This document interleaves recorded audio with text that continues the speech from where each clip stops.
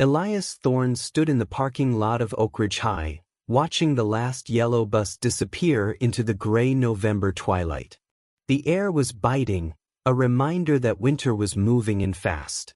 He had stayed late in his classroom, the scent of old chalk and floor wax still clinging to his sweater.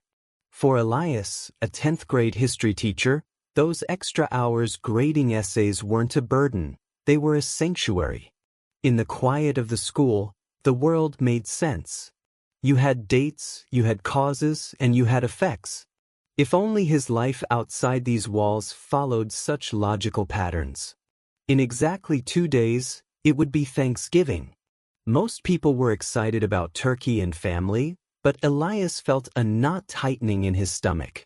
He didn't know it yet, but in 48 hours, his 6-year-old daughter, Maya, would be sitting on a cold kitchen floor in a mansion eating scraps, while 23 people laughed and feasted just 15 feet away. But for now, that nightmare was still over the horizon. He climbed into his aging Toyota Camry, 14 years old, dented on the passenger side, but reliable as a heartbeat, and started the drive home. He lived in a modest craftsman house, a place with a sagging porch and a lot of character that he'd bought before Maya was born. Back then, it was supposed to be a starter home. But as the years passed, it became clear that on a high school teacher's salary, starter was synonymous with forever. When he pulled into the driveway, the house was dark. This was becoming a pattern. Inside, the air felt stale. He found a note on the kitchen island, written in the elegant, sharp cursive that belonged to his wife, Clara. Took Maya to my mother's for an early dinner. There's leftover lasagna in the fridge. Don't wait up. Elias crumpled the paper into a ball. He didn't throw it away, he just held it, feeling the weight of a marriage that was slowly turning into a business arrangement. He and Clara had met 9 years ago at a charity gala where Clara was volunteering. Back then, she had seemed different, vibrant, warm, and genuinely interested in his stories about how a single misunderstood letter could change the course of a revolution. She'd loved his passion. But her parents, Arthur and Evelyn Blackwood, had never shared that sentiment. Through the wedding, they had smiled with the kind of forced politeness you usually reserve for a root canal. The Blackwoods didn't just have money, they had legacy. They owned Blackwood and Sons, a massive commercial real estate firm that had essentially built the city's skyline. To Arthur, a man who measured success in square footage and interest rates, a teacher with a state university degree wasn't a son-in-law. He was a phase Clara would eventually outgrow.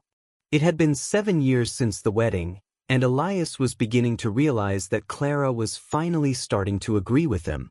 He heated the lasagna and ate it standing over the sink, his eyes drifting to the drawings Maya had left on the table. They were typical 6-year-old sketches, stick figures with big heads. There was Elias with his messy hair, Maya with pigtails, and Clara with a yellow crayon crown. They were all holding hands under a smiling sun. Maya had titled it, "The Best Team," in shaky letters. His phone buzzed on the counter. A text from Clara, "Staying at Mother's tonight. Maya too. See you tomorrow." Elias stared at the screen. This was the 3rd time this week. He typed back a simple, "Okay. Tell Maya I love her." He watched the 3 little dots appear as she started to type, then they vanished. No reply came. Seeking a distraction, Elias retreated to his home office, a converted spare bedroom overflowing with books. His laptop was open to a manuscript he'd been chipping away at for 3 years. It wasn't a textbook, it was a book about the quiet revolutionaries, ordinary people throughout history who had changed the world not with armies, but through small, stubborn acts of defiance. His agent, a man named Marcus, said the book had real heart, but needed a sharper edge. The initial advance had been $35,000. It was a lot to Elias, but he remembered the way Evelyn Blackwood had laughed when she heard the figure. "Oh, Elias, how charming. We spent more than that on the catering for Arthur's birthday brunch." He tried to type, but the keys felt like lead. Instead, he opened his desk drawer and pulled out a folder he'd been avoiding for weeks. It was filled with credit card statements, all in Clara's name. There were charges for $500 dinners at places Elias had never seen, $3,000 shopping sprees at boutiques in the city, and weekly spa visits that cost more than his monthly mortgage payment. When he tried to bring it up a month ago, Clara had snapped at him. "My parents give me an allowance, Elias. It's family money. You wouldn't understand the expectations I have to live up to." That was the Blackwood way. They didn't need to yell to make you feel small. Arthur did it by pretending he couldn't remember Elias's name, calling him Ethan or Elliot at every family gathering. Evelyn did it with her constructive comments about their quaint neighborhood. And Clara's younger brother, Julian, did it by constantly asking Elias when he was going to stop playing school and get a real job in the private sector. Elias had endured the condescension for Maya. He wanted his daughter to grow up in a world of love, not a world of balance sheets. He wanted her to believe that her father was a hero because he taught kids how to think, not because he had a corner office. But as he looked at the dark house around him, he feared he was losing the war of influence. The next afternoon, Elias drove to the Blackwood estate in Silvercrest to pick Maya up. Silvercrest was the kind of neighborhood where the gates were tall, the lawns were manicured by teams of professionals, and the houses had names like the Willows or Stonehaven. When he reached the gate, he punched in the code. It didn't work. He tried again. Nothing. He had to press the intercom button.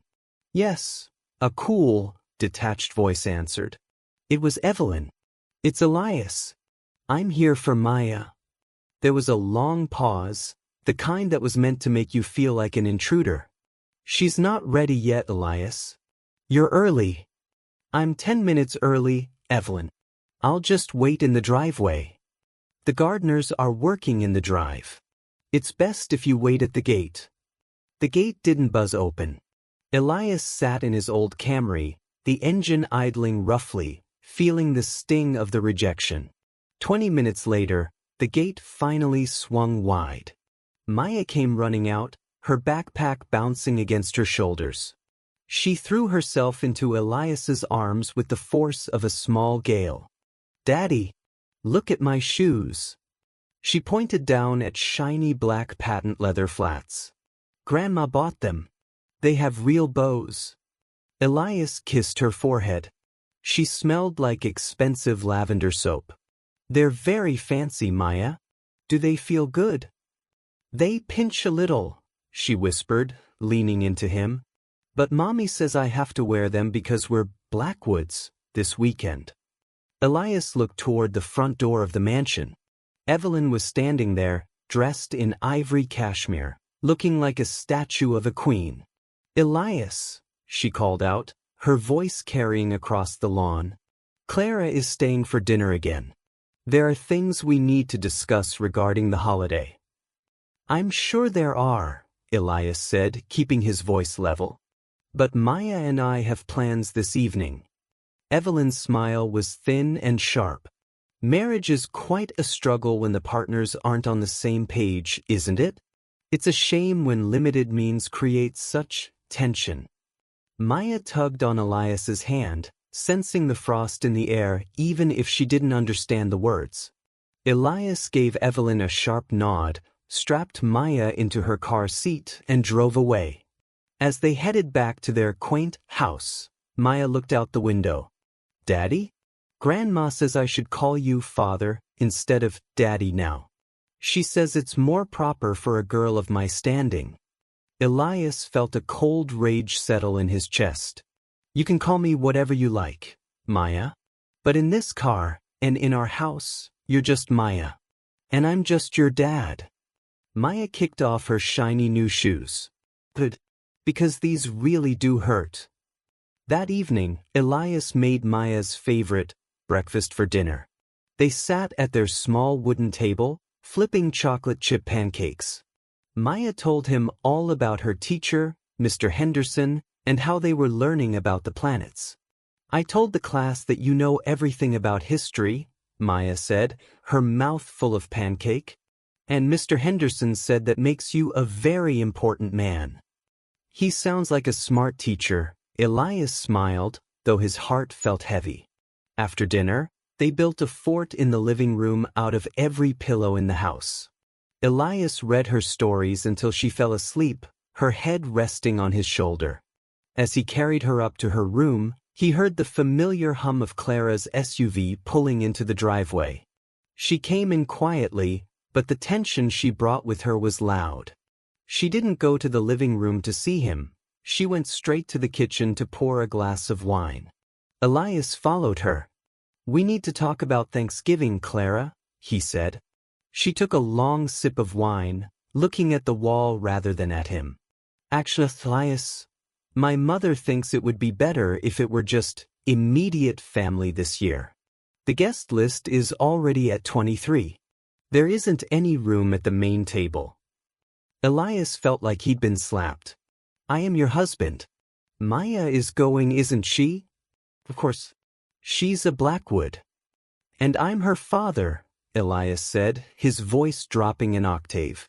"Are you actually uninviting me from Thanksgiving dinner?"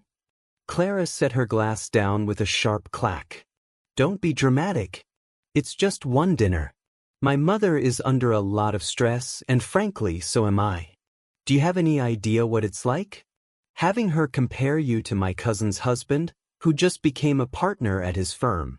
Or hearing about how well Julian is doing. I don't care about Julian's commissions, Claire. I care about our family." "Well, maybe you should care." Clara's voice rose. "Maybe you should care that I have to make excuses for why we live in this drafty house, or why we can't afford to go to Aspen for the winter. You're content with being just a teacher, Bias. But I'm not content with just being a teacher's wife." Elias looked at her, and for the first time, he didn't see the woman he'd married. He saw a stranger wearing her face. "Is that what this is about? Money? It's about ambition. It's about being more than mediocre. If you think Maya and I are mediocre, then you've already lost the most important thing you ever had," Elias said quietly. Clara didn't respond. She just grabbed her wine and walked into the bedroom, closing the door with a final, decisive click. Elias stood alone in the kitchen, surrounded by Maya's drawings and the scent of maple syrup. He realized then that the Blackwoods hadn't just invited Maya to Thanksgiving. They were trying to claim her. They were trying to erase him from her life, one proper word and one pair of expensive shoes at a time. He walked to his office and opened his laptop. He didn't open his manuscript. Instead, he opened a new document and titled it Blackwood and Sons, Internal Notes.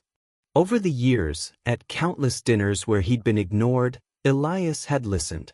He'd heard Arthur bragging about creative zoning permits. He'd heard Julian laughing about cutting corners on environmental reports for the new Riverside development.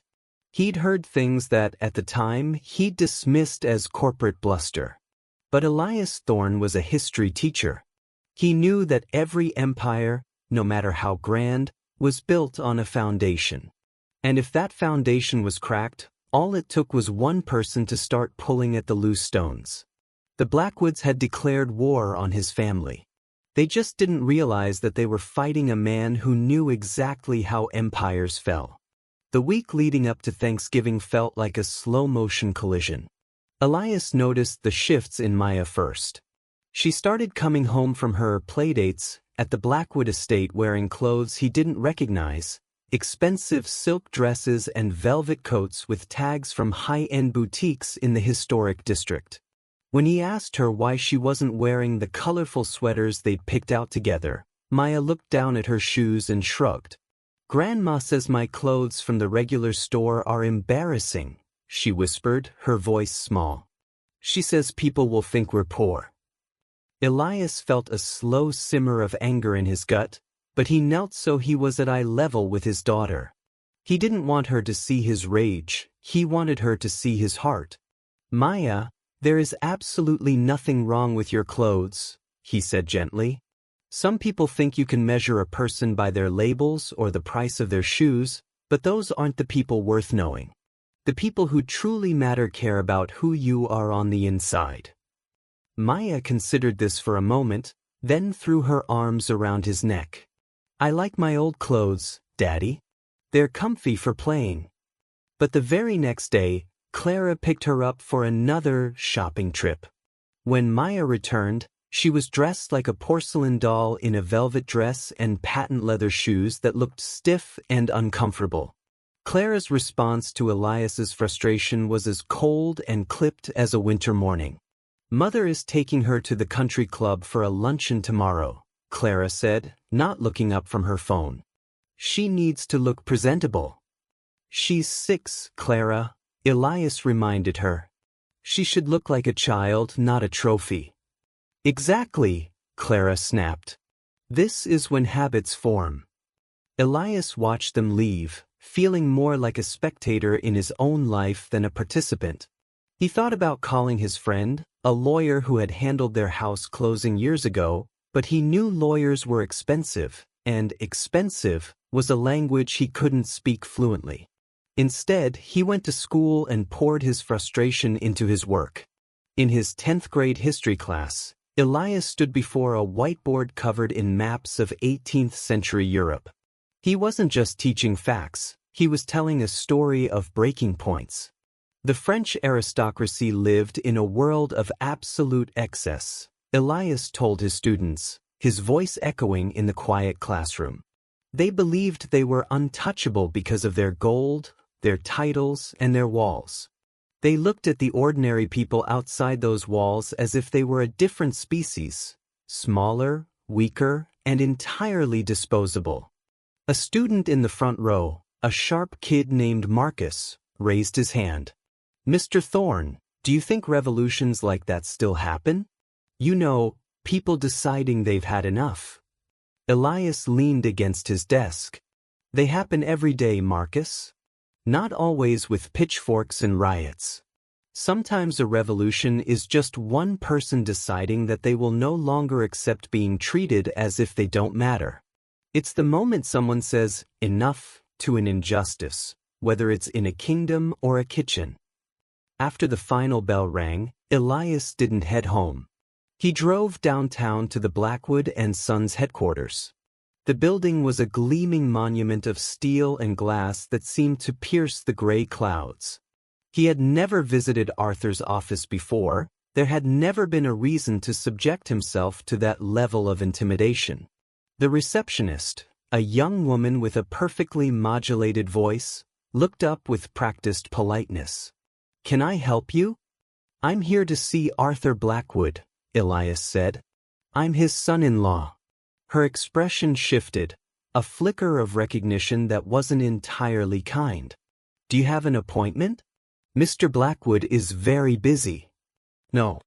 But tell him Elias Thorne is here to discuss his granddaughter. She hesitated, then spoke softly into her headset. A minute later, she pointed toward the elevators. 20th floor. His executive assistant, Joan, will meet you. The 20th floor was a world of hushed voices, marble floors, and deep mahogany. Joan, an efficient-looking woman with graying hair, led him to a corner office with floor-to-ceiling windows that made the rest of the city look like a toy set. Arthur Blackwood sat behind a desk that was likely carved from a single ancient tree. He was wearing a navy suit that probably cost more than Elias earned in 2 months, and he didn't bother to stand up. Elias, this is unexpected, Arthur said, his voice flat. I won't take much of your time, Arthur, Elias replied, refusing to sit in the visitor's chair. He wanted to stay standing. He didn't want to look up at the man. I want to know why my daughter and I are being erased from Thanksgiving. Arthur leaned back, his leather chair creaking softly. That is Evelyn's domain. I don't involve myself in the minutiae of social planning. This isn't social planning. This is family, Elias said. Is it? Arthur's smile was as thin as a razor blade. You've been married to my daughter for 7 years, Elias. In that time, what have you actually contributed to this family beyond a granddaughter? The question was designed to sting, and it did. Elias kept his voice steady. I love your daughter. I am a good father to Maya. And I have a career I am proud of. A career, Arthur repeated, the words sounding like a joke. You make $48,000 a year teaching children who, for the most part, don't care about the past. You live in a house worth less than my wife's car. You have no prospects, no connections, and clearly, no drive to improve your station. My station is fine, Elias countered. Your station is mediocre, Arthur said, leaning forward. And mediocrity is contagious, Elias. Clara is starting to realize that. Thanksgiving is for the people who contribute to the Blackwood legacy. You don't. You are welcome to join us when you have something to offer besides sentiment and good intentions. Arthur went back to the papers on his desk, the dismissal final. But Elias didn't move. You know what's funny, Arthur? Elias said quietly. I teach history. I teach about empires that fell because the people at the top forgot what actually mattered. They built everything on money and power and contempt for everyone else. And eventually, every single one of them collapsed. Arthur's eyes flickered with a brief flash of annoyance. History is written by the victors, Elias. And the victors usually aren't high school teachers. Elias walked out of the office, through the marble foyer, and into the cold afternoon air. He sat in his car for 10 minutes, his hands shaking with a mix of fury and resolve. He realized now that he couldn't play by their rules because their rules were rigged. He pulled out his phone and called his oldest friend, Liam Davies. Liam had spent years as a private investigator, mostly handling boring insurance claims, but he was good at finding things that were meant to stay hidden. Liam, it's Elias. I need a favor. Anything, man. What's going on? I need you to look into Blackwood and Sons, Elias said, his voice dropping. Quietly. I want to know about their permits, their subcontractors, any complaints filed with the city, anything that doesn't add up. There was a long silence on the other end. This is about Clara's family, isn't it? Yeah, Elias admitted. You know this could get incredibly messy, right? It's already messy, Liam, Elias said. I'm starting to think that people who treat others like they're disposable usually have something to hide. And I want to know what it is. All right, Liam sighed. Give me a week.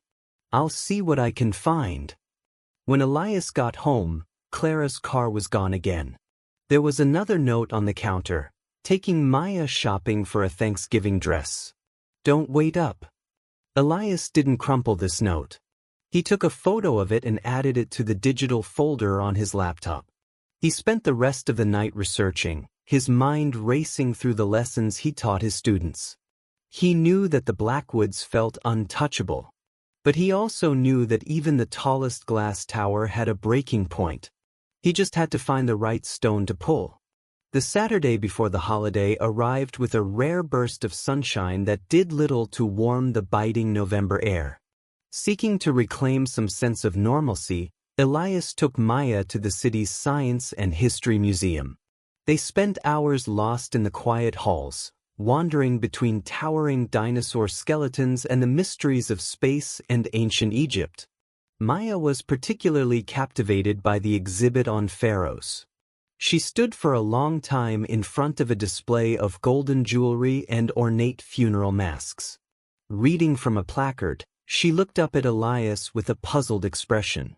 They were buried with all their treasure so they'd have it in the afterlife, she said softly. That's silly, Daddy. You can't take stuff with you when you die. Elias knelt beside her, a small smile playing on his lips. No, you can't, Maya. So why did they care so much about gold and jewels? She asked. Some people think having more things makes them more important, Elias explained, seeing a reflection of the Blackwood family in the ancient artifacts. But the leaders who are truly remembered are the ones who built things that lasted, libraries, schools, and things that actually helped people. Maya nodded with a seriousness that made Elias's chest ache.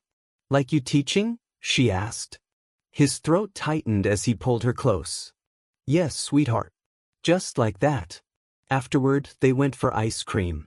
Maya insisted it was her treat, proudly presenting the $5 bill Elias had given her for helping him clean the garage earlier that week.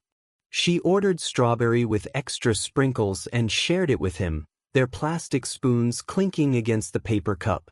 Daddy, can I ask you something? She asked, her voice dropping to a whisper.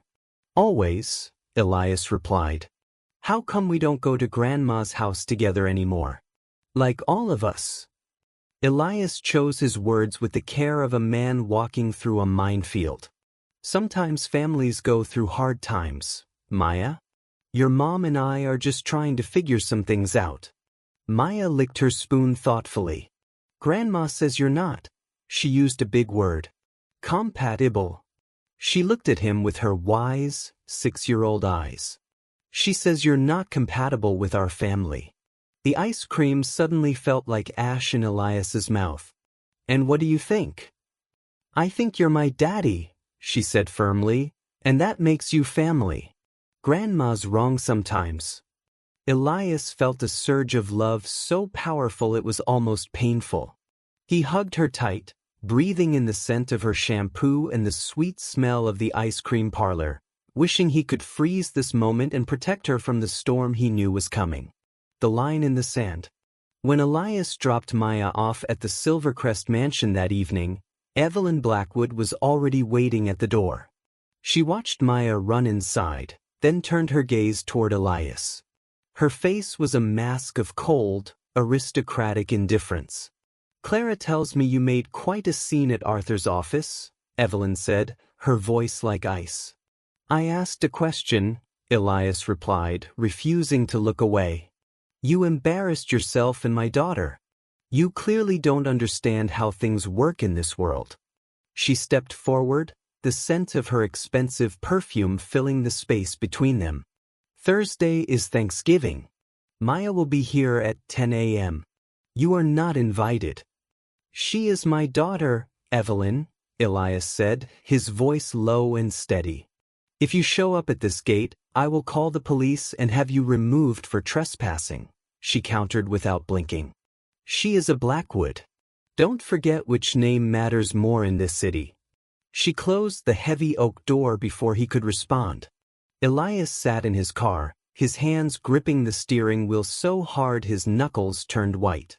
He pulled out his phone and texted Clara, "We need to talk tonight." As usual, there was no response. The drive home was a blur of neon lights and frustration. When Elias reached his house, his phone began to buzz. It was Liam Davies, his private investigator friend. "I've got something, Elias," Liam said without preamble. "And you're not going to like it."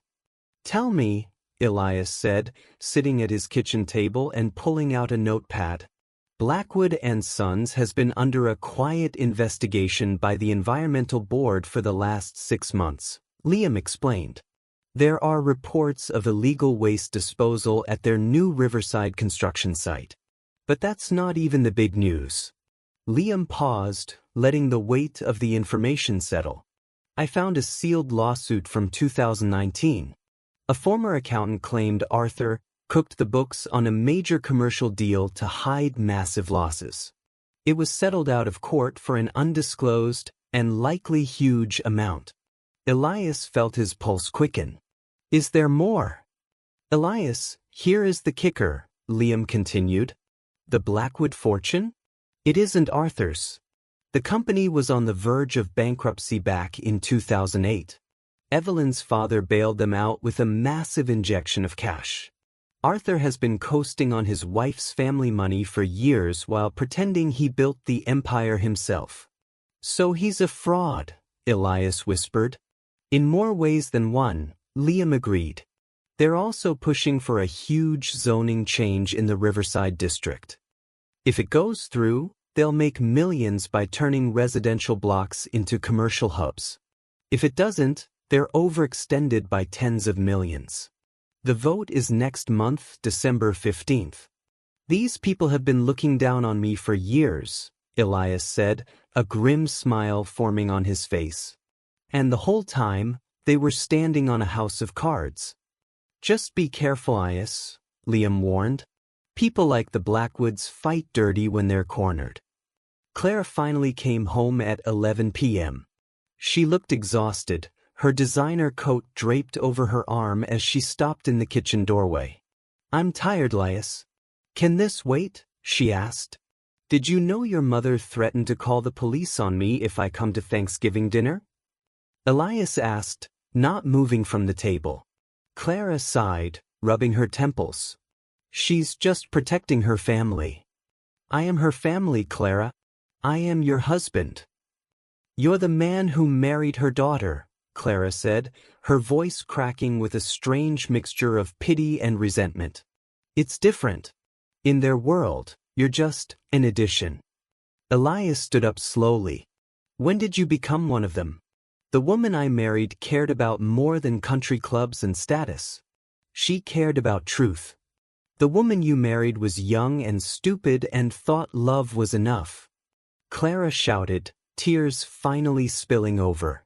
It isn't, Elias. Love doesn't pay for Maya's future or give her the opportunities she deserves. I provide for her, Elias countered. She's happy. She's healthy. She's loved. That is what she deserves. According to you, Clara whispered, her silence afterwards speaking volumes. Elias felt the last thread of his marriage snap cleanly. Fine. If this is how it is, let's make it official. File for the divorce. But I'm telling you right now, I am getting full custody of Maya. Clara laughed, a bitter, jagged sound. You can't afford to fight me. My parents will hire the best lawyers money can buy. Try it, Elias said, his voice vibrating with a sudden, terrifying resolve. See what happens when you try to take my daughter. Something in his tone made Clara pause. What does that mean?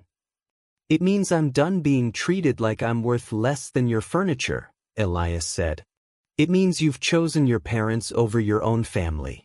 And it means Maya deserves better than people who measure her worth by a price tag. He walked past her into the guest room, closing the door firmly.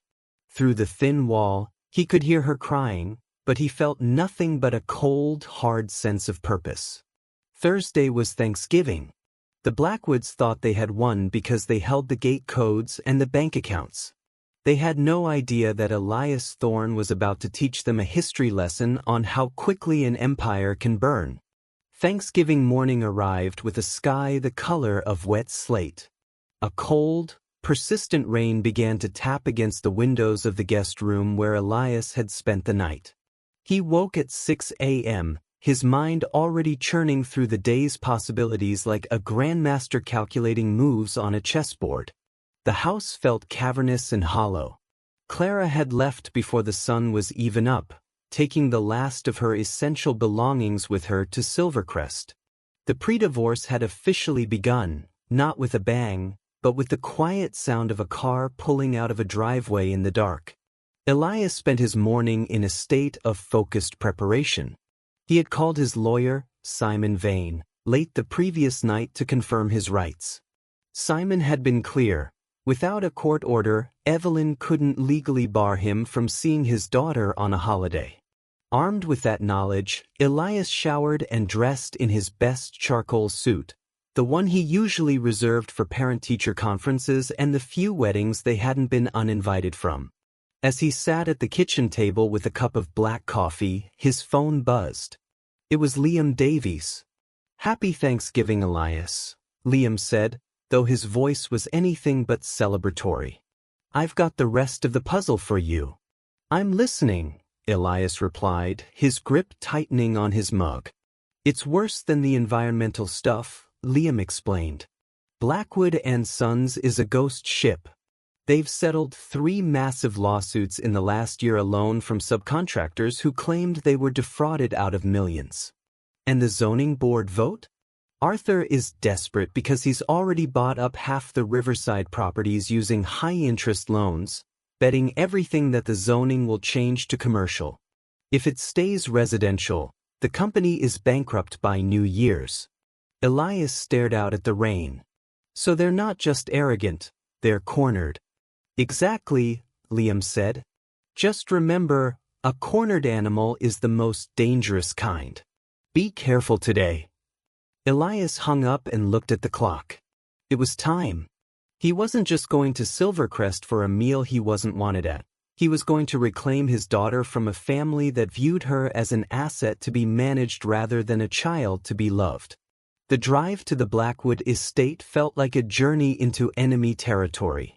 By the time Elias reached the massive wrought iron gates, the rain had intensified, turning the manicured lawns into a blur of deep green and gray.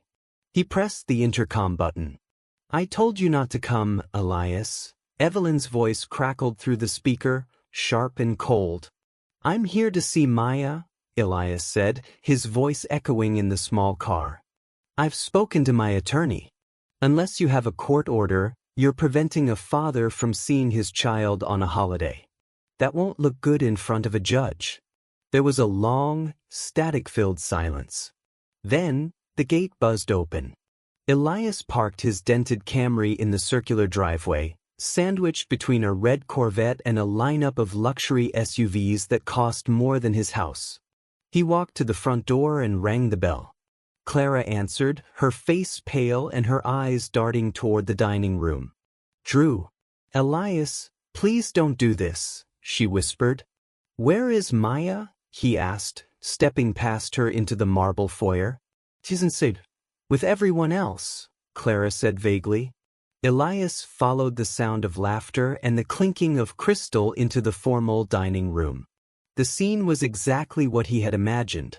A table that could seat 30, set with fine china and silver that gleamed under a massive chandelier.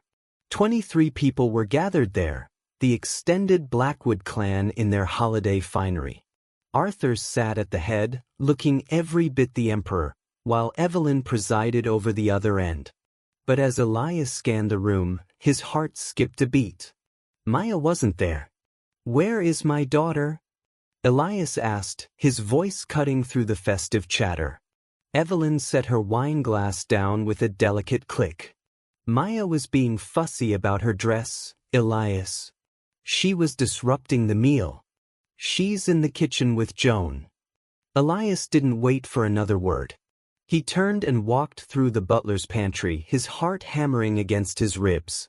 When he pushed through the swinging doors into the massive, industrial-sized kitchen, the silence was deafening. Joan, Arthur's assistant, was standing by the sink, her back to the room. And there, in the corner near the large industrial trash bin, sat Maya. She was still wearing the expensive velvet dress Evelyn had bought her, but it was wrinkled and stained. She was sitting on the cold tile floor, and in her small hands, she held a turkey bone that had been picked clean. She was eating scraps. Elias felt a sound tear from his throat, a primal, ragged noise of pure agony. Maya looked up, her face streaked with dried tears, and her lip trembled. "Daddy," she whispered. Elias crossed the kitchen in 3 strides and scooped her into his arms, holding her so tight he could feel her heart racing against his chest. She buried her face in his neck and began to sob. "They said I couldn't eat with the grown-ups because I got my dress dirty," she wailed into his shoulder. "And Joan said there weren't enough seats at the table anyway, so I had to wait for the leftovers." Elias turned to Joan, who looked as if she wanted the floor to swallow her whole. I was just following Mrs. Blackwood's instructions," she stammered. Elias didn't answer her. He carried Maya out of the kitchen and back into the dining room.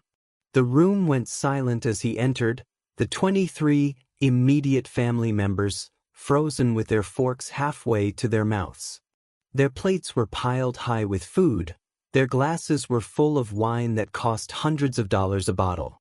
Elias walked to the head of the table and looked Arthur Blackwood directly in the eye. Then he turned his gaze to Evelyn. "You will never see her again," Elias said, his voice vibrating with a terrifying, quiet fury. "Ever." He didn't wait for the explosion of voices that followed. He didn't look back as Clara started to scream or as Evelyn began to shout about trespassing. He walked out of that mansion, strapped Maya into her car seat, and drove away from Silvercrest forever. Maya cried the entire way home, her small body shaking with hiccuping sobs that felt like they were breaking Elias's soul. "I'm sorry, Daddy," she whispered as they pulled into their driveway. "I ruined the big dinner."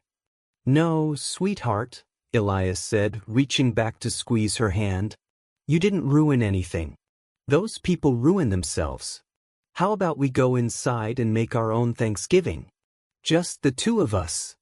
"With mac and cheese?" she asked hopefully. "With anything you want," he promised. They spent the evening in their small house, the warmth of the kitchen a stark contrast to the cold marble of the mansion.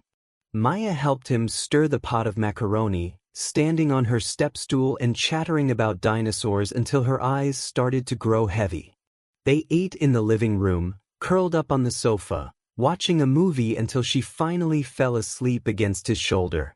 Once she was tucked safely into her bed, Elias went to his office. He didn't open his book about historical heroes. He opened a fresh document. He began to write. He wrote about child neglect hidden behind velvet curtains. He wrote about corporate fraud and environmental crimes. He wrote about a family that valued their station more than their own flesh and blood. Then he began to make phone calls. First, to his lawyer, "Simon, I'm filing for full custody on Monday morning. Grounds are neglect and endangerment." Second, to Liam, "I want everything. Every dirty deal, every violation, every lawsuit. I don't care what it takes." Finally, he called a number he had saved months ago, a producer for a local investigative news program. "This is Elias Thorne," he said, his voice steady and cold. "You asked me for a story about education reform last year. I have a different story for you now.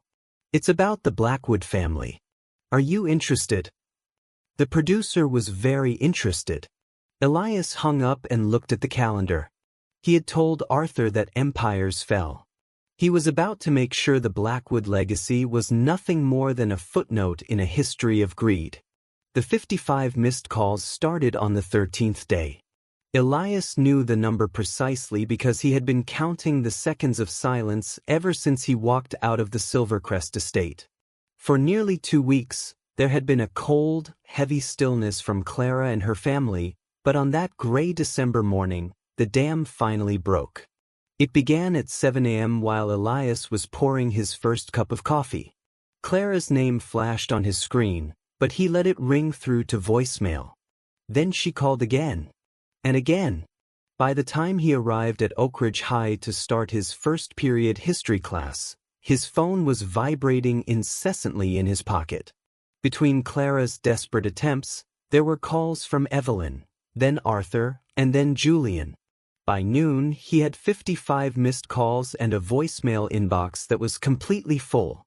Elias sat in his empty classroom during lunch, the only sound being the hum of the heater, and listened to the messages in the order they arrived. The first was from Clara, her voice trembling and soft. "Elias, please call me. It's important. It's about Maya and everything. Please." By the third message, the softness was replaced by a frantic, jagged edge. "I know you're angry, but there are reporters everywhere. Someone leaked the documents. Just call me." By the fifth call, she sounded truly terrified. "Elias, whatever you did, you need to stop it now. They're talking about Dad's company on the news. Oh God, please tell me this wasn't you." Then came the messages from Evelyn and Arthur. They hadn't lost their arrogance, but their composure was clearly cracking. Evelyn's voice was a hiss, This is slander, Elias. We will sue you for every penny you have, which we know isn't much. We'll take your house, your car, and we will make sure you never see Maya again. Arthur's message was shorter, more calculating. I underestimated you, Elias. That was a mistake. But if you think exposing us helps your daughter, you're wrong. Call me. We can negotiate a price to make this go away. Elias deleted them all without replying. He opened his laptop and saw why the world was suddenly knocking at his door. The news had broken that morning. The lead story on Channel 7's morning broadcast was a segment by Violet Schaefer, an investigative reporter known for her grit. The headline was "A Nightmare for Silvercrest. Blackwood and Sons Under Fire, Allegations of Fraud, Environmental Negligence, and Child Mistreatment." Violet had done her homework. She had the documents Elias had provided, the EPA records Liam had unearthed, and testimony from former employees who had been waiting for years for someone to go first.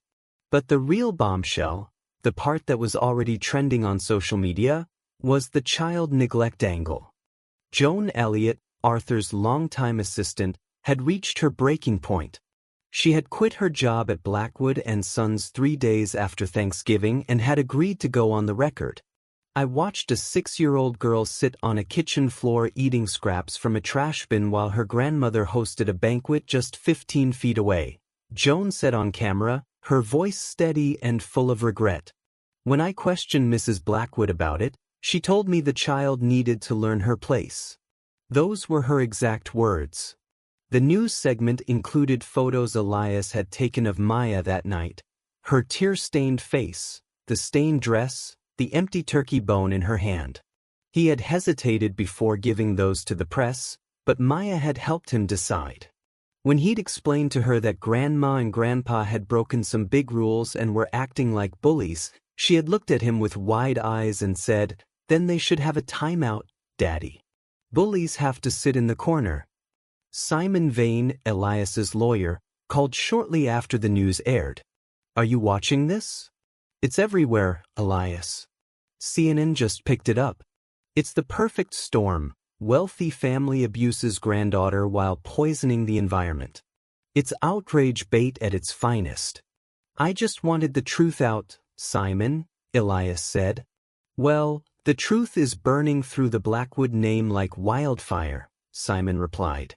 "Clara's lawyers called me an hour ago. They want to settle the divorce quickly and quietly to keep her out of the spotlight. What do you want to do?" Elias didn't hesitate. "No settlement, Simon. I want full custody. I want Clara to admit exactly what happened that night. And I want child support from her, not the other way around. Since the Blackwoods spent so much time telling me how important money is, I want Maya to benefit from theirs." That afternoon, Elias picked Maya up from school. She bounded out of her classroom, her pigtails bouncing as she hugged him. She was bright and untroubled, a testament to a child's incredible resilience. They went to the same ice cream parlor they had visited 2 weeks prior. As she licked a scoop of strawberry ice cream, Maya looked up at him thoughtfully. "Daddy, why did Grandma and Grandpa do bad things?" Elias chose his words with care. "Sometimes, Maya, people get so focused on feeling important or having a lot of things that they forget how to be good. Does that make sense?" Maya nodded. "My teacher says being good is more important than being smart or rich. Will I see them again?" "Maybe someday," Elias said softly, his chest tightening. "But for now, you're going to stay with me. Is that okay?" "Yes," she said, then lowered her voice. "I heard some kids talking. They said Grandma hurt me. But she didn't hit me or anything." "There are different kinds of hurt, Maya," Elias explained gently. "Sometimes people hurt you by making you feel small or like you don't matter. That's what happened that night." "That makes me sad," Maya said quietly. "But I have you, so it's okay." When they returned home, Clara's SUV was parked in the driveway. Maya tensed beside him. "Is Mommy mad at us?" She's probably just upset, sweetheart. But never at you, Elias promised. Clara was sitting on the front steps, her designer suit wrinkled and her eyes red from crying. Her perfect composure had finally shattered. When she saw Maya, she scooped her up, sobbing into her daughter's hair. Elias unlocked the door and sent Maya to the living room to watch cartoons so they could speak in private. In the kitchen, Clara leaned against the counter, her hands shaking. They're saying I'm an unfit mother, Elias. The whole world thinks I'm a monster. Are they wrong, Clara? Elias asked. I never knew about the kitchen, she cried out. My mother told me Maya was in there because she'd spilled something on her dress and Joan was helping her clean it. I didn't know she was. I would never have let that happen. You didn't check on her once during that entire meal, Elias said, his voice cold. Clara had no answer for that. He began making hot chocolate for Maya, his hands steady while Clara's world fell apart. What do you want, Clara? I want to know if you did this. Did you go to the press? She asked, looking at him with a mix of horror and disbelief. Yes, Elias said, meeting her gaze. To protect Maya and to stop your family from hurting anyone else. Did you know about the fraud? The EPA violations? She whispered. I suspected. But you knew something was wrong, didn't you? You knew the money was tight, that Arthur was stressed. Clara's shoulders sagged. I thought it was just the market. I didn't ask questions because asking questions would mean admitting my family wasn't perfect. They're still your family, Elias said, nodding toward the living room where Maya was laughing at a cartoon. But when are you going to choose her over them? I don't know how, Clara sobbed. Without them, I don't know who I am. Figure it out fast, Elias said firmly. Because Simon is filing for full custody on Monday. You can fight it and lose, or you can agree to shared custody with conditions. Maya stays primarily with me. You get supervised visits until you prove you can put her first. And you have no contact with your parents until they complete court-mandated therapy. Oh, and you start paying child support. Clara looked at him as if seeing him for the first time. I loved you once, you know. Before everything got so complicated. I loved you too, Elias said. It's too late for us, but it's not too late for you to be a mother. Really be her mother. That's all I'm asking. He handed her the hot chocolate to take to Maya. As he stood in the kitchen, his phone buzzed again. It was Liam. Turn on Channel 7. The EPA is holding a press conference. Elias switched on the small TV on the counter. An official stood at a podium, looking grim. After reviewing evidence provided by whistleblowers and investigative journalists, the Environmental Protection Agency is filing formal charges against Blackwood and Sons for multiple violations of federal law. Additionally, the Justice Department will pursue fraud charges related to falsified reports. The camera panned to a reporter asking about penalties. Millions in fines, the official replied. And possible jail time for the executives involved. Elias felt a grim satisfaction as the Blackwood empire began to crumble on screen. Clara appeared in the doorway, her face ashen. That's my father. He could go to prison. Yes, Elias said. I stopped them from hurting anyone else. Clara looked at him with something that might have been respect or horror or both. You're not who I thought you were. I'm exactly who I've always been, Clara, Elias replied. You just never bothered to look. The Blackwoods did not retreat quietly. They were not people who accepted defeat. They were people who bought their way out of it. Their first move was to hire Sarah Sterling, the most aggressive and feared defense attorney in the state. Sarah was a shark in a $1,000 blazer, known for defending corporate criminals and making inconvenient witnesses disappear through a combination of brutal intimidation and ironclad non-disclosure agreements. Her strategy began with a motion to seal all records related to the Blackwood investigation, citing irreparable harm to their ongoing business operations. When the judge denied the motion, Sarah shifted tactics. She decided to go directly to the source of the leak. On a Tuesday afternoon, during Elias's planning period, she appeared at Oak Ridge High.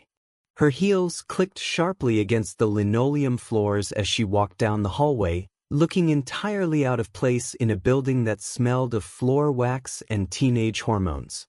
Principal Harris escorted her to Elias's classroom, looking deeply uncomfortable. "Mr. Thorne, this is Sarah Sterling.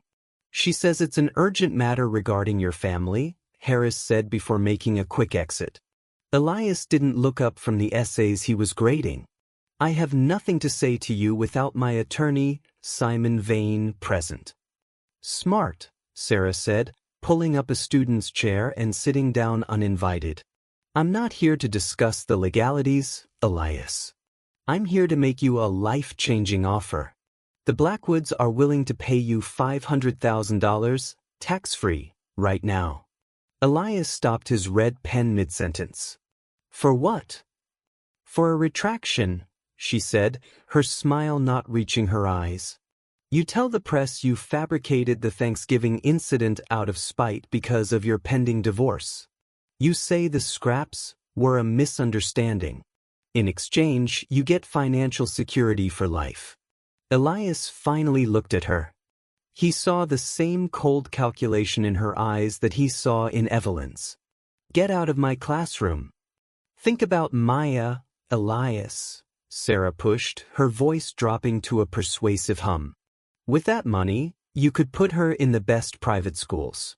You could start a college fund that would guarantee her future. You could move out of that drafty house into a place with a real security system. Do you really want her childhood to be defined by courtrooms and news vans?" "I want her childhood to be defined by the truth," Elias said, standing up. "And the truth is that her grandparents are bullies who think money can buy silence. It can't. Tell Arthur and Evelyn that they can spend that $500,000 on their own legal fees. They're going to need it." As Sarah left, her expensive perfume lingering like a bad memory, Elias immediately called Simon. "They just tried to bribe me. In my own classroom. $500,000 to lie about Maya. Document every word of that conversation, Elias," Simon said, his voice brimming with professional excitement. "They're desperate. This is gold for our custody case. It proves they're willing to subvert the truth to protect their image, even at the expense of Maya's well-being. The power of the pen." While the legal battle intensified, Elias's literary life took an unexpected turn. His agent, Marcus, called him later that evening, sounding breathless. "Elias, you need to sit down. 3 major publishers have reached out in the last 6 hours. They don't just want your book on the quiet revolutionaries anymore. They want your story. The Blackwood story." "I'm not interested in a tabloid memoir, Marcus," Elias said, looking over at Maya, who was happily coloring at the kitchen table. "It's not a memoir. It's a case study on systemic corruption and the power of individual resistance," Marcus explained. "One house is offering a $250,000 advance, sight unseen. They want it out by spring. They think this could be a national bestseller." Elias looked at the number on his notepad, $250,000. It was more than 5 years of his teaching salary. It was the financial security Sarah Sterling had tried to use as a weapon against him, but this was clean. This was earned. "I'll think about it," Elias said, though he already knew the answer. If he wrote the book, he could control the narrative. He could make sure the truth was documented so thoroughly that the Blackwoods could never erase it. A week before the zoning board vote, Arthur Blackwood called Elias directly. It was the first time they had spoken since the kitchen incident. "We need to talk man to man," Arthur said. "Not about the case. About Maya." Against his better judgment, Elias agreed to meet him at a small, nondescript coffee shop downtown. When Elias arrived, he barely recognized his father-in-law. Arthur wasn't wearing his usual bespoke navy suit. He was in khakis and a polo shirt, looking smaller, older, and strangely fragile. His silver hair was uncharacteristically messy. "Thank you for coming," Arthur said as Elias sat down across from him. I owe you an apology." "It's a bit late for that, Arthur," Elias replied. "I know," Arthur said, staring into his black coffee. "I was wrong about you. And I was wrong about what matters. I raised Clara to value the wrong things: status, appearance, the Blackwood name. I thought I was preparing her for the world, but I only turned her into someone who was too afraid of her own mother to protect her own daughter." Elias felt a flicker of pity, but it was quickly extinguished by the memory of Maya on that kitchen floor. "Why are you telling me this now?" "Because in 3 days, the zoning board votes on the Riverside development," Arthur said, his voice cracking. "If it fails, the company is gone. The lawsuits and the EPA fines have already drained everything we had. We'll lose the house, the legacy, everything." "I'm not in the business of mercy, Arthur," Elias said quietly. "I'm not asking for mercy for me," Arthur said, looking him in the eye. "I'm asking you to let Maya know her grandfather before I lose the ability to see her. The EPA charges carry mandatory minimums. I'm likely going to prison, Elias." Elias studied the man. 2 weeks ago, Arthur Blackwood had been a king. Now, he was an old man realizing he had built his kingdom on sand. "You don't get to make amends now because you're scared," Elias told him. "You made Maya feel worthless. You let her eat from a trash can. You don't get to be a grandfather just because the empire is falling. You had 7 years to be a grandfather, and you chose to be so instead." Elias stood up and walked out, leaving Arthur alone at the table. He didn't feel victorious, he felt exhausted. The final blow came from Liam Davies. "Elias, they moved the zoning board vote. It's not in 3 days, it's tomorrow night." "Can they do that?" Elias asked. "Technically, yes. They buried the notice in the legal section of the paper, hoping nobody would see it," Liam explained. "Arthur is trying to squeeze it through before the national press gets any more wind of their financial situation. He has 3 board members in his pocket. He only needs 1 more to pass it." Elias looked at the clock. He had 24 hours. "What do we need to stop it?" Elias asked. "Public pressure," Liam said. "The board won't vote for a controversial project if the room is full of angry voters and cameras." Elias spent the next day on the phone. He called every resident of the Riverside district he could find. He called the local environmental groups. He called his former students and asked them to spread the word on social media using the hashtag #SaveRiverside. He wasn't just a teacher anymore. He was a strategist. He was preparing to give the zoning board and the Blackwood family a history lesson they would never forget. He was going to show them that revolutions don't start with armies. They start with people who refuse to stay silent in the face of a bully. The Blackwoods thought they were fighting a man who lived in a quaint house with limited means. They didn't realize they were fighting a man who understood that history is not made by those with the most money, but by those with the most resolve. The zoning board meeting was scheduled for 7 p.m. in the 3rd-floor conference room of the municipal building. Usually, these meetings were the definition of boring, technical jargon, dry charts, and empty chairs. But at 6:30 p.m., the 3rd floor was already packed to capacity. Elias had spent the last 24 hours mobilizing everyone from Riverside residents to environmental activists and investigative journalists hungry for a follow-up on the Blackwood scandal. He had even reached out to his current and former students, and by noon, the hashtag #SaveRiverside was trending locally. Now, 200 people crammed into a space meant for 50. They lined the walls, sat on the floor, and spilled out into the hallway. The fire marshal looked ready to shut it down, but the crowd remained peaceful and determined. Elias stood near the back, holding Maya's hand. He had brought her intentionally, dressed in her favorite dinosaur t-shirt, a visible reminder that real lives were at stake when developers prioritized profit over people. The 7 board members looked shell-shocked as they took their seats. The chair, a thin man named Chester Lowe, banged his gavel for order. "We're here to vote on the Riverside redevelopment proposal submitted by Blackwood and Sons," he announced. A lawyer for the company stood up to present their side. He was smooth and professional, armed with glossy charts and economic projections. He spoke about urban renewal, tax revenue, and job creation, but the room met him with a heavy, hostile silence. When he finished, Chester Lowe asked if anyone from the public wished to comment. Every hand in the room shot up. One by one, the residents of Riverside approached the microphone. An elderly woman whose family had owned a corner store for 40 years spoke about the neighborhood's history. A young father talked about the importance of the local community center. They spoke about corporate greed and environmental damage. Then, a resident pointed a finger toward the front.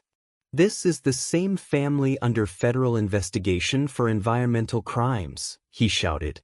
"The same family that made a 6-year-old eat scraps from a trash can. And you're going to let them tear down our neighborhood." The room erupted in applause. When it finally quieted down, Elias stepped to the microphone. "My name is Elias Thorne," he said, his voice carrying through the room. "I'm a high school history teacher and a father. 2 weeks ago, my daughter was humiliated by the Blackwood family because they considered her beneath them. Now, they want to do the same thing to this entire neighborhood." He pulled out a folder thick with documents. "I've spent the last week researching every project Blackwood and Sons has completed in the last decade. In every case, they promised community benefits that never materialized. They promised protections they ignored. This neighborhood doesn't need renewal. It needs protection from people who see communities as obstacles to profit. You have the power to provide that. Use it." Elias stepped back to a standing ovation. The board members looked at each other, clearly shaken by the level of public engagement. Chester Lowe called for a 15-minute recess. When the board reconvened, the atmosphere had changed. Chester Lowe looked grim. "After listening to public testimony, this board will postpone the vote for 60 days to allow for additional environmental review and community input."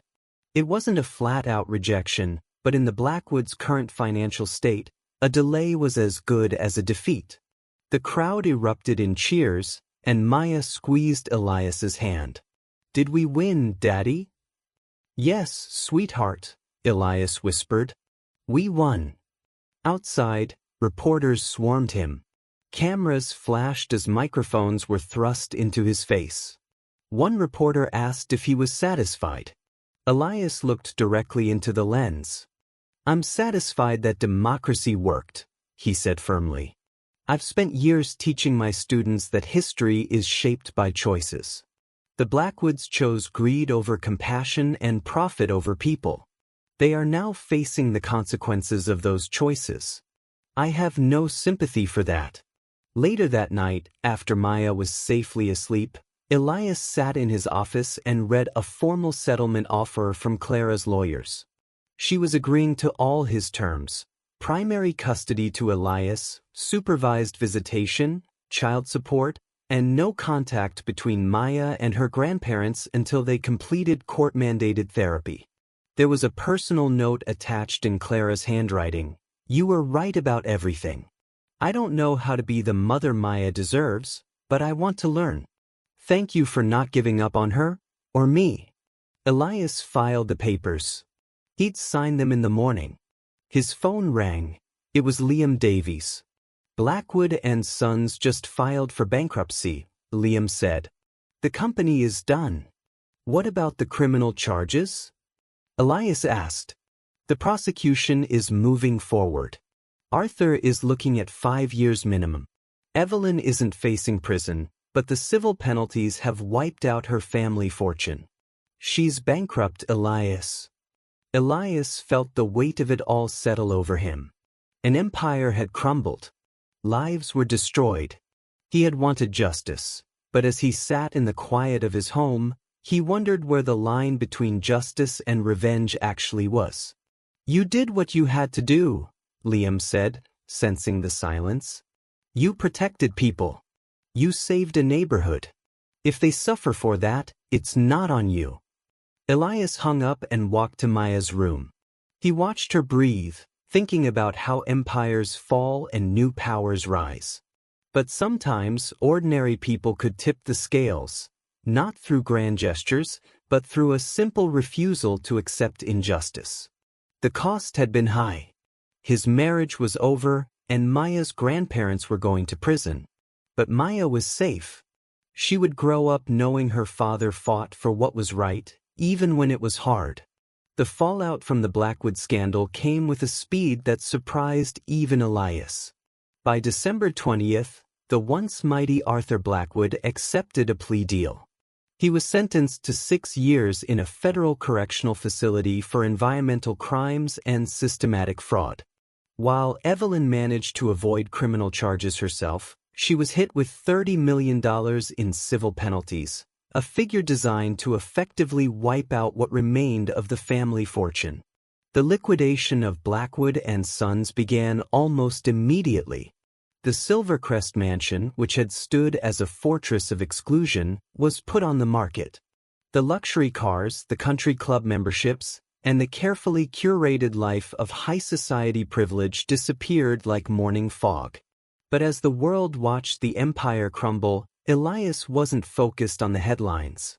He was focused on his living room. Christmas morning at the Thorne house was cold and quiet, but for the first time in years, it felt peaceful. Elias watched Maya opening her presents in her pigtails and pajamas, her face lighting up with a genuine joy that had been missing in the sterile halls of Silvercrest. There were no $1,000 designer dresses under their modest tree. Instead, she squealed over a new collection of dinosaur books and a microscope Elias had been saving for months to buy her. They had decorated their small craftsman house together, hanging lights on the sagging porch and placing a small, lopsided star on top of a tree they'd picked out from a local lot. On Christmas Eve, Clara had dropped off gifts, her first visit to the house without the presence of a legal supervisor, a milestone that her court-mandated therapist had finally approved. "Can we call Mom and say thank you?" Maya asked, holding up a new art set Clara had picked out. "Of course, sweetheart," Elias said. He listened from the kitchen as he made hot chocolate, hearing Maya chatter excitedly into the phone. For the first time, he felt something he hadn't felt in a long time: hope. His phone buzzed on the counter. It was Marcus, his agent. "Merry Christmas, Elias. I've got news. A major publisher, Simon & Schuster, is offering $200,000 for the book, Teaching Justice. They want the manuscript in 4 months." Elias nearly dropped his mug. $200,000 meant financial security. It meant Maya's college fund was settled and that he could finally fix the porch without checking his bank balance twice. But more than the money, it gave him a platform. It was a chance to document the story properly, to explain why it mattered that ordinary people stood up to corrupt power. New Year's Eve found Elias sitting at his computer, working on the heart of his manuscript. Maya was at Clara's new, modest apartment for her very first overnight visit. The therapist had recommended the step, and despite a lingering knot of anxiety in his stomach, Elias had agreed. Clara called twice that evening to give him updates. Maya was fine. They had made a simple dinner together and were watching movies. "She's really amazing, Elias," Clara said during the second call, her voice sounding softer, more grounded than he'd ever heard it. "I know I'm her mother, but sometimes I forget how incredible her mind is. She gets that from you. The good parts." Elias took a breath, the silence on the line stretching between them for a moment. "Thank you for saying that, Clara. For not making this a war anymore." "I'm tired of the war," she admitted. After they hung up, Elias returned to his writing. He was working on the chapter about the night in the kitchen, but he found himself being careful with his words. He described Evelyn's cruelty and Arthur's indifference with historical precision, but when he wrote about Clara, he didn't write about a villain. He wrote about a woman trapped between two worlds, someone who had been taught from birth that her value came from external validation rather than internal character. Writing it felt like letting go of the last of his anger. At midnight, as fireworks bloomed over the city skyline, Elias stepped onto his porch to watch the colors. His phone buzzed with a text from an unknown number. "This is Arthur. I'm writing from a supervised phone at the facility. I know I have no right to contact you, but I wanted you to know that I've seen the preliminary articles about your book. What you wrote, it's more fair than we deserve. Thank you for protecting Maya. You're a better man than I could ever be." Elias read the message twice, then deleted it. He didn't feel a need to reply. Some bridges were meant to stay burned, but he appreciated the acknowledgement. It meant that even in the wreckage of the Blackwood Empire, the truth had been received. Actions had consequences, even for the powerful, especially for the powerful. By February, the fallout continued to spread. The EPA prosecution had resulted in additional charges against 2 other executives at Blackwood and Sons who had actively participated in falsifying reports.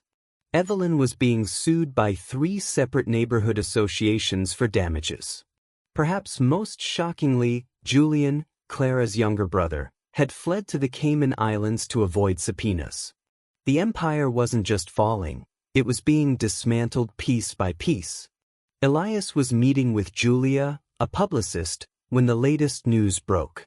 "This is perfect timing," Julia said, scrolling through her tablet. "Your book drops in 6 weeks.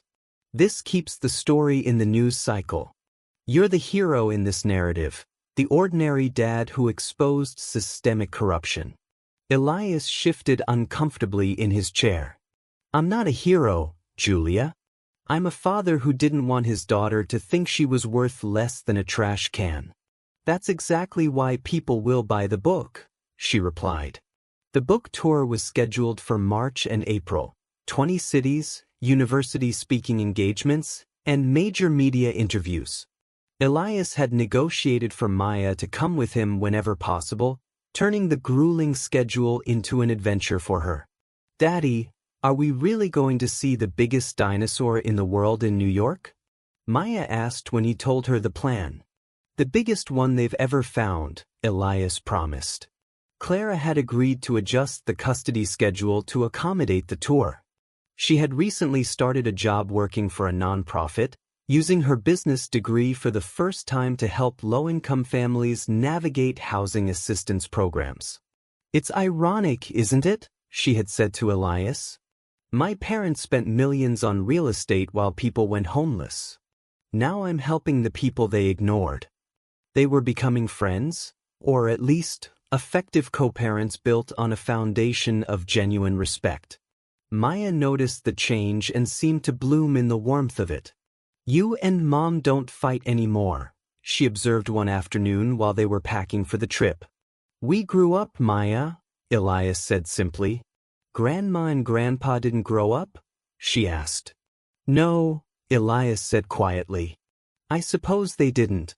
The book, Teaching Justice: How One Father Exposed an Empire, was released on March 15th to immediate and overwhelming critical acclaim.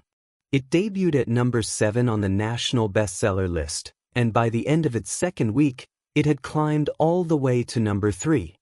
Elias watched in a state of disbelief as his face appeared on morning talk shows and his words were quoted in editorials across the country. Reviews praised his measured, historical tone and his refusal to turn the story into a sensationalized tabloid drama. The Washington Post described it as a devastating portrait of privilege unchecked, and called it essential reading for anyone who believed that ordinary people couldn't fight power and win. But for Elias, the most meaningful review came from a small educational blog called Teachers Who Write. It stated, "Leon didn't need wealth or connections. he needed integrity and courage. This book proves that the best heroes are often the ones who never wanted to be heroes at all. When Elias returned to Oak Ridge High after the first leg of his tour, his 10th grade history class erupted in applause. "Mr. Thorne, you're actually famous," one student shouted from the back.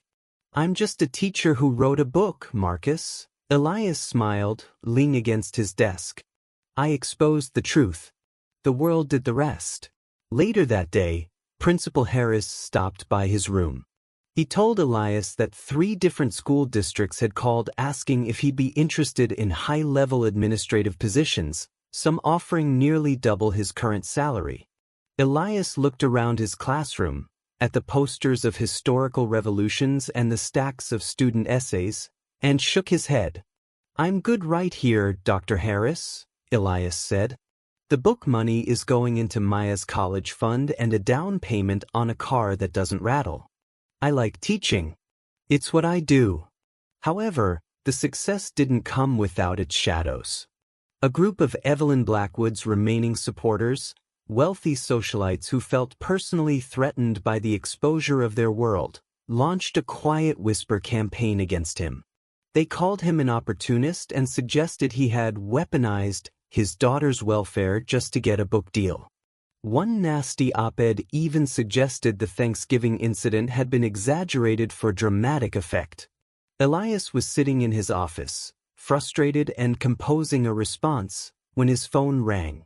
It was Joan Elliott, Arthur's former assistant. "I saw that article, Elias." "It's lies," she said firmly. "I was there. I saw what they did to that little girl." She paused, then added, "And I'm not the only one. Since your book came out, 5 other families have contacted me, former employees and contractors who were cheated or abused by the Blackwoods. They want to go public now, too." Within a week, a class action lawsuit was filed against the remaining assets of Blackwood and Sons. 23 plaintiffs stepped forward, alleging everything from wage theft to workplace abuse. The whisper campaign vanished overnight. Truth had a momentum of its own. Once it started rolling, it was nearly impossible to stop. The tour continued through Chicago, Boston, and finally New York. As promised, Elias took Maya to the Natural History Museum. She stood beneath the towering skeleton of a brachiosaurus, her neck craned back and her eyes wide with wonder. "Daddy, you taught me that reading is important, and now I know all the names of the dinosaurs," she said proudly. Elias laughed, feeling a bubble of pure joy. This was the victory that mattered. It wasn't about the bestseller lists. It was about the fact that his daughter was curious, brave, and safe. That evening, Clara joined them for dinner in a small pizza place in Brooklyn. She had flown in to see Maya during the final stop of the tour. As they sat together, Maya chattered away about skyscrapers and fossils, sitting between her parents. Clara caught Elias's eye across the table and mouthed a silent, "Thank you." He nodded back. They weren't a couple, but they were a team again, the kind Maya had drawn in her stick figure pictures. On the final night in Seattle, Liam Davies met Elias backstage after a reading. "I came to tell you in person," Liam said. "The EPA case is officially wrapped. Arthur's sentence stands, and the other executives got 8 years each. And Evelyn? The civil penalties were upheld. She's completely bankrupt." Elias felt a wave of exhaustion hit him, but Liam wasn't done. "The Riverside neighborhood? The one you helped save? They just voted on it. They're naming the new library wing the Elias Thorne Learning Center. It opens in June." Elias sat down heavily in a folding chair, stunned. That's too much." "It's gratitude, Elias," Liam said. "You gave them their voice back. Let them honor that." A local reporter approached him afterward, asking what was next for the hero of Riverside. "Next, I go home," Elias said simply. "I have classes to teach. I'm working on a second book about grassroots activism throughout history. And most importantly, I'm going to keep being Maya's dad." That's the only plan I need. 6 months after the book's release, the dust had finally settled into a comfortable, quiet rhythm. Elias returned to his classroom at Oak Ridge High, where he continued to teach history, though his lessons now carried the weight of someone who had lived through a modern revolution. He spent his weekends with Maya, hiking in the hills or exploring new museums, finally free from the constant shadow of Silvercrest. Clara had moved into a modest apartment in the city and continued her work with the housing nonprofit. She and Elias had forged a strong, respectful co-parenting bond. Maya, now 7, was thriving. She had joined the school science club and developed a deep, passionate interest in paleontology. "I want to discover a new dinosaur and name it after you, Daddy," she told him one afternoon while they were looking at fossils. "The Thornosaurus Elias. It will be a nice dinosaur that protects the smaller ones from the mean ones." Elias hugged her tight, feeling a deep sense of peace. "That sounds like the best dinosaur in history." In June, the Elias Thorne Learning Center officially opened its doors in the heart of the Riverside district. Elias attended the ribbon-cutting ceremony with Maya, feeling overwhelmed as he saw the transformed community center, now a state-of-the-art library funded by the settlements from the Blackwood lawsuits. Chester Lowe, the zoning board chair, approached him with a smile. "You see what you made possible, Elias?" "The community made this possible," Elias replied. "I just helped them find the volume button." Maya tugged on his hand, her eyes wide as she saw the new Dinosaur Discovery section of the library. They filled out the paperwork for her very first library card together. As the librarian handed it over, she whispered to Maya, "Your dad is a very special man." "I know," Maya said simply. "He's the best." Later that month, Elias received one final letter postmarked from the Federal Correctional Facility. He almost didn't open it, but something made him curious. It was from Arthur. "Dear Elias, I've had a lot of time to think about the man I was. I've read your book 3 times. Each time, I'm struck by your fairness. You wrote about Margaret and me as flawed humans, not monsters, even though we gave you every reason to. You were right about everything. History judges empires by their fall, and I built mine on arrogance. But you built something real. You built a legacy that actually matters. Thank you for teaching me that lesson, even though I learned it far too late." Elias folded the letter and placed it in the back of his desk drawer. He wasn't sure if he was ready to forgive, but the acknowledgement was enough. It meant the cycle of arrogance had finally been broken. The revolution of the ordinary. On Maya's 8th birthday, Elias threw a party in their backyard. It was filled with neighborhood kids, former students, and friends like Liam and Simon. Even Clara was there, helping with the decorations and laughing as they ate a cake shaped like a triceratops. As the sun began to set and the party wound down, Maya climbed into Elias's lap on the porch swing. "Best birthday ever, Daddy," she whispered. "I'm glad, sweetheart," Elias said. "Mrs. Henderson says everyone makes mistakes," Maya said thoughtfully, "but you have to fix them if you want people to forgive you. Did the mean people fix their mistakes?" Elias looked out at the quiet, peaceful street. "They're trying, Maya. But some mistakes take a very long time to fix. Maybe forever." "I'm glad you don't make mistakes like that," she said, snuggling closer. "I make plenty of mistakes, Maya," Elias told her, kissing the top of her head. "The difference is that I try to learn from them and do better. That's what being a dad is all about." As the first stars began to appear, Elias thought about the past year. He had dismantled an empire and written a bestseller, but those weren't his greatest achievements. His victory was the little girl sleeping against his chest, safe and loved, growing up with the knowledge that integrity and kindness beat money and status every single time. The Blackwood legacy was a cautionary tale of greed. But Elias Thorne's legacy was something better. It was the quiet, stubborn determination of an ordinary man who refused to let his daughter be diminished. He was just a teacher, but he had taught the most important lesson of all, that love is the only thing that truly lasts.